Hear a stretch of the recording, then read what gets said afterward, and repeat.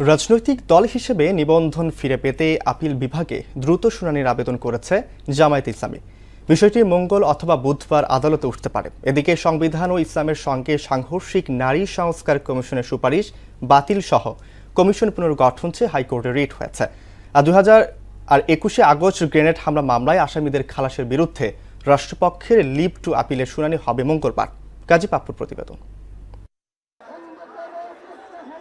রাজনৈতিক দল হিসেবে নিবন্ধন ফিরে পেতে দ্রুত শুনানির আবেদন জানিয়েছে জামায়াতে ইসলামী। আপিল বেঞ্চে এই আবেদন করেন দলটির আইনজীবী এহসান সিদ্দিকী। তিনি বলেন, এই মামলার সঙ্গে জামাতের রাজনৈতিক ভবিষ্যৎ সরাসরি জড়িত বিধায় দ্রুত শুনানি প্রয়োজন।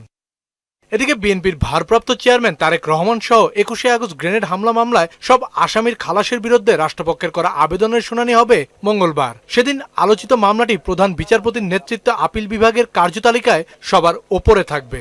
আমরা তো আসামি পক্ষে হাইকোর্ট ডিভিশনে যে সমস্ত যুক্তিতর্ক আমরা তুলে ধরেছি, হাইকোর্ট ডিভিশন এটা অ্যাকসেপ্ট করেছেন। এখনো আমরা মনে করি যে যদি এটা আমরা শুনানি করতে পারি এবং কোর্ট যদি ভালো করে কাগজপত্র ইত্যাদি নিশ্চয়ই দেখবেন এবং আমরা আমাদের খালাস যেটা আগে হয়েছিল ওটাই বহাল থাকবে, এটাই আমাদের প্রত্যাশা। সংবিধান ও ইসলাম ধর্মের সঙ্গে সাংঘর্ষিক নারী সংস্কার কমিশনের সুপারিশ বাতিল সহ কমিশন পুনর্গঠন চেয়ে হাইকোর্টে রিট দায়ের করা হয়েছে।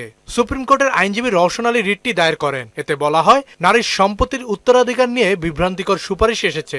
বহুবিবাহ বন্ধের বিষয়টিও ধর্মবিরোধী। সকল অংশকে আমরা চ্যালেঞ্জ করি নাই। এই রিপোর্টের যে সকল অধ্যায়ে যে সকল অনুচ্ছেদে বা উপ অনুচ্ছেদ রয়েছে যেগুলা বাংলাদেশের সংবিধানের সাথে সাংঘর্ষিক, পাশাপাশি ইসলাম ধর্মের মৌলিক যে বিষয়গুলো রয়েছে এবং কোরআনিক আইন রয়েছে, কোরআনের সাথে সাংঘর্ষিক রয়েছে, হাদিসের সাথে সাংঘর্ষিক রয়েছে, সেই সকল বিষয়কে আমরা এই রিট পিটিশনে চ্যালেঞ্জ করেছি। বিয়ের প্রলোভনে শারীরিক সম্পর্কে শুধুমাত্র পুরুষের শাস্তির বিধান কেন অবৈধ নয় তা জানতে চেয়ে রুল জারি করেছেন হাইকোর্ট। বিয়ের প্রলোভনে শারীরিক সম্পর্ক, এখানে যে পুরুষের যে শাস্তিটা বিধান রয়েছে 7 বছরের, এটি কেন অসাংবিধানিক নয় এবং কেন এটি স্ট্রাক ডাউন করা হবে না। এদিকে আন্তর্জাতিক অপরাধ ট্রাইব্যুনালের সাবেক প্রসিকিউটর তুরিন আফরোজের ডক্টরেট ডিগ্রি ভুয়া এমন তথ্য সংবলিত চিঠি আপিল বিভাগে উপস্থাপন করেছে রাষ্ট্রপক্ষ, যা লিখিতভাবে জানিয়েছে সিডনির university of New South Wales.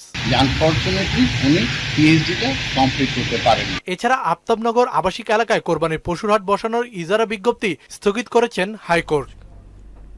কাজী পাপ্পু, মোহনা সংবাদ, ঢাকা।